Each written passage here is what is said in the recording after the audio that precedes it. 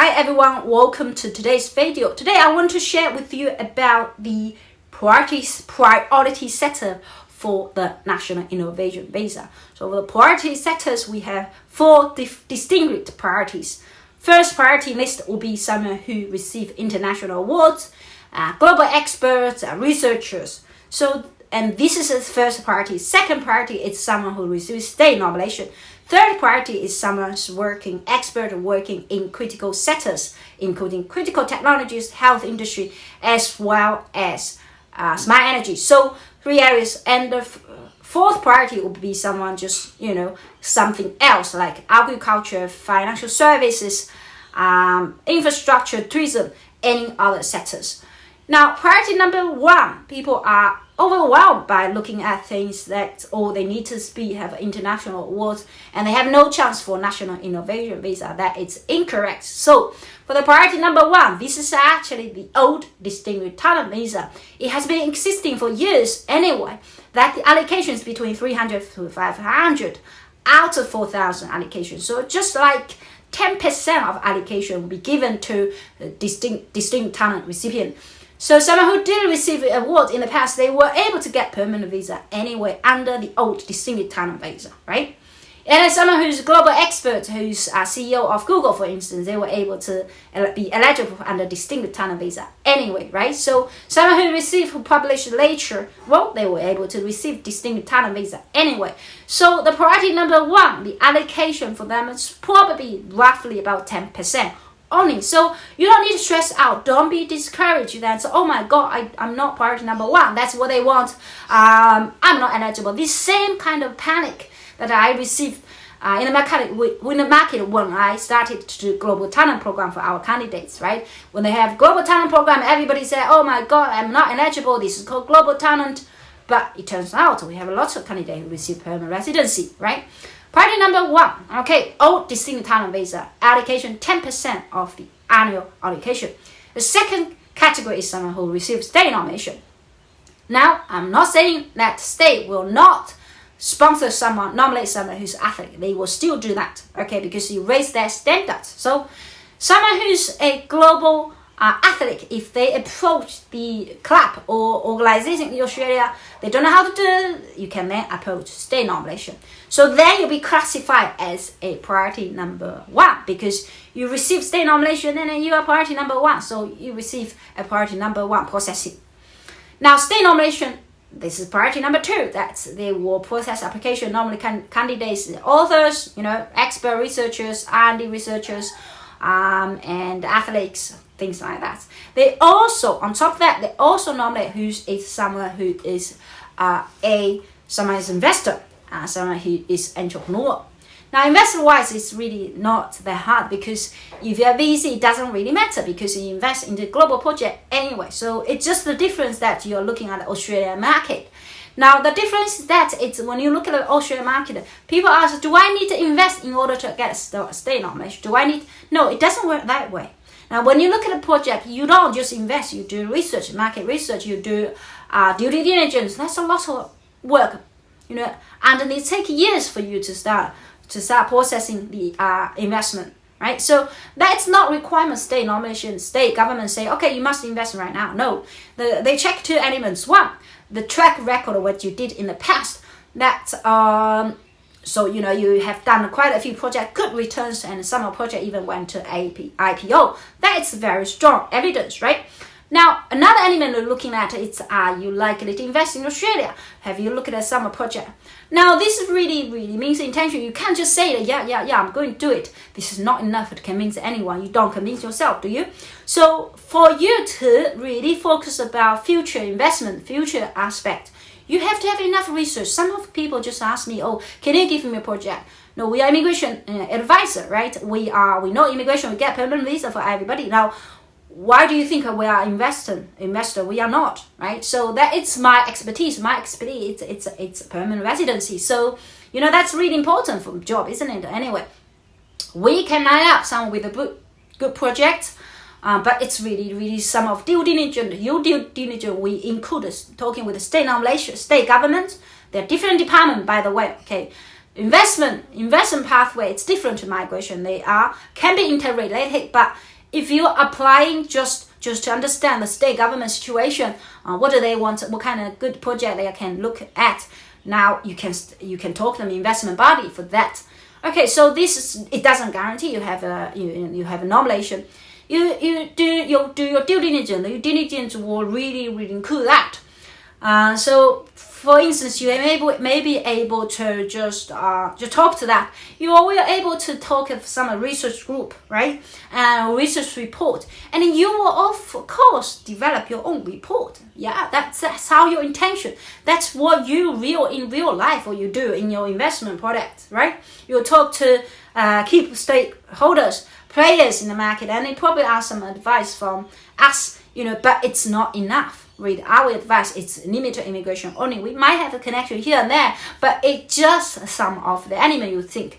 So everything, if you've done research, you say, I'm going to do that. I'm already saw some of the investors, companies who's willing to go alongside with me. The government will call them. Okay, they will verify this information is correct or incorrect. That alone can make them to nominate you. Okay, so if you're not able to convince them during an interview, then you fail. As simple as that. Because what you say, it's not deliverable, right? Now, people ask them most people ask how they define that I'm deliverable or not. Common sense, okay? Gut feeling. They feel, oh no, I don't think you're going to do it. That's enough. So if someone approached me and they told me, I want to tell state government that I'm going to invest, but I haven't done any research. Well, gut feeling for me is no, you're not going to do it, okay? You're not interested in Australia. Okay, so you want a permanent residency, they're not going to give a nomination.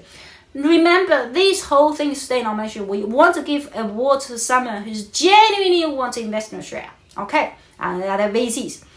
Or it may take time till you eventually deliver that project. It's fine. Now, the other type of candidate state nomination will want to nominate is someone who's an entrepreneur. Now, entrepreneur, we bear in mind that some of business, which means they have already in their own country. Now, we just need to really make sure that this project, your company, new company in New South Wales, this is actually, you can set up a company here. That's no limitation for you to do so. If you own a factory in China, for instance, it's maybe very hard for you to move a whole factory to Sydney. This is not possible, but you may be able to really put an assembly line, right? So your plan has to be really specific. You cannot say out bold, oh my God, we're going to invest 50 million.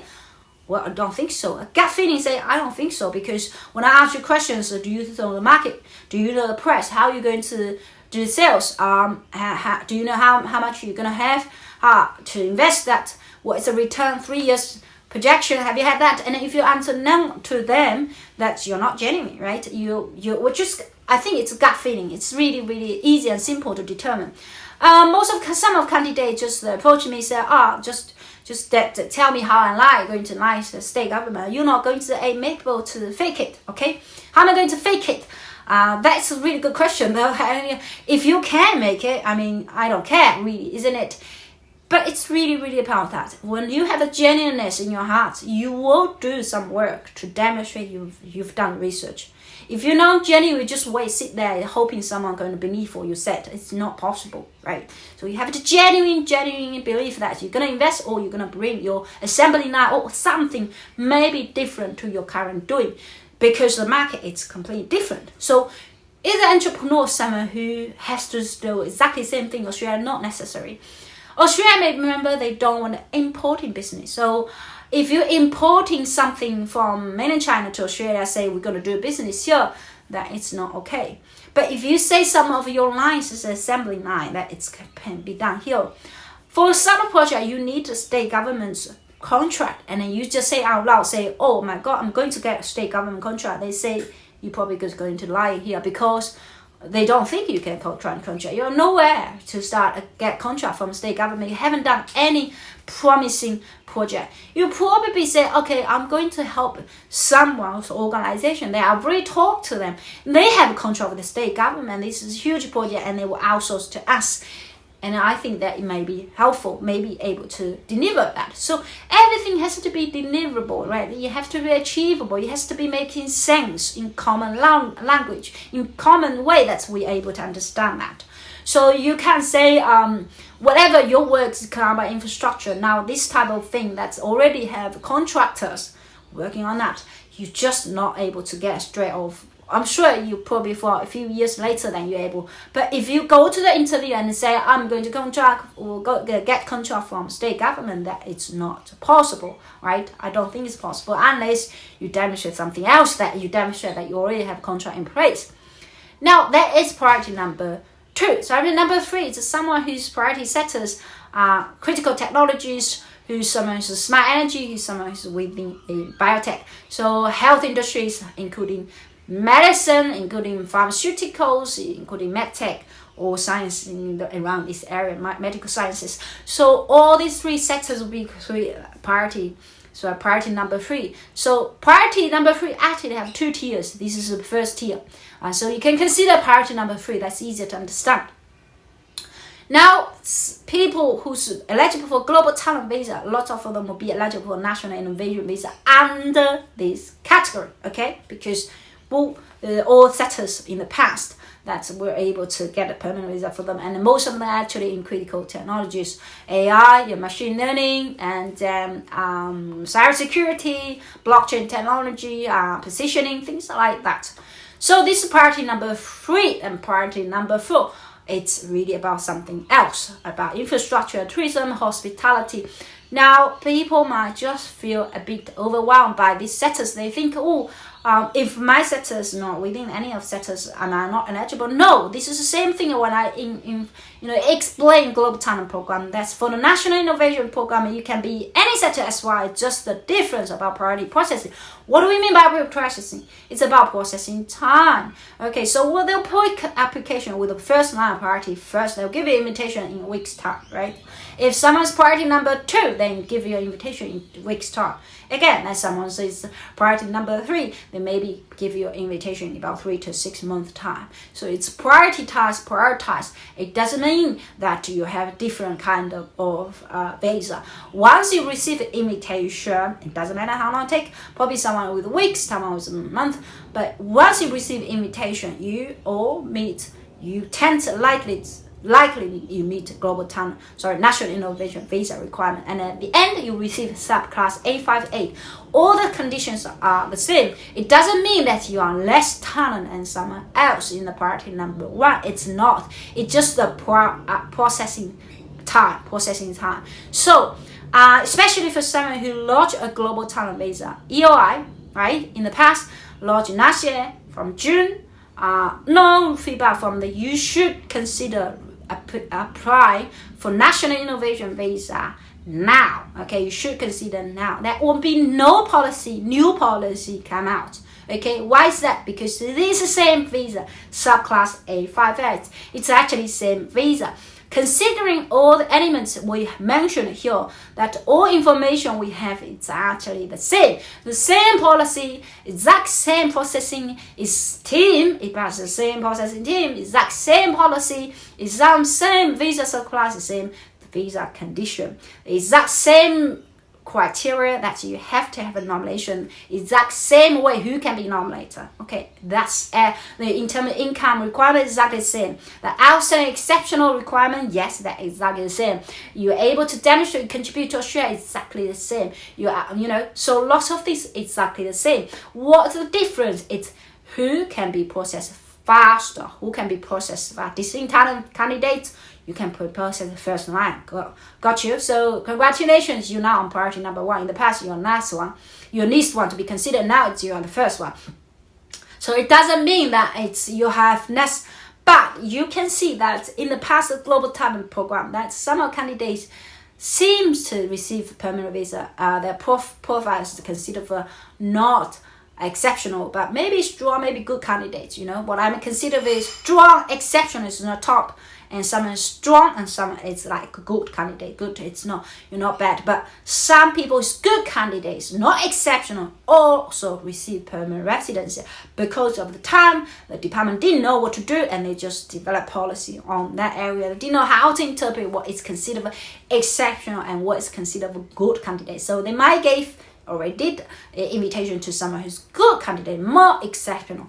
But this kind of confusion has ended. The year has ended when they have gathered the 5 years experience working on project. They know who's going on. We know that our program is really competitive. So we're not going to avoid invitation who is someone considered only a good candidate. So they have to someone, exceptional. Now, of course, there's a room to improve your case. You can work now. I've already encouraged people, if you're not ready now, well, improve your case. There is room to encourage. If you need a consultation, whatever, just hit the link below. We have a link here. And if you do a free assessment, that's fine too. There's a link below. I hope this is going to help you.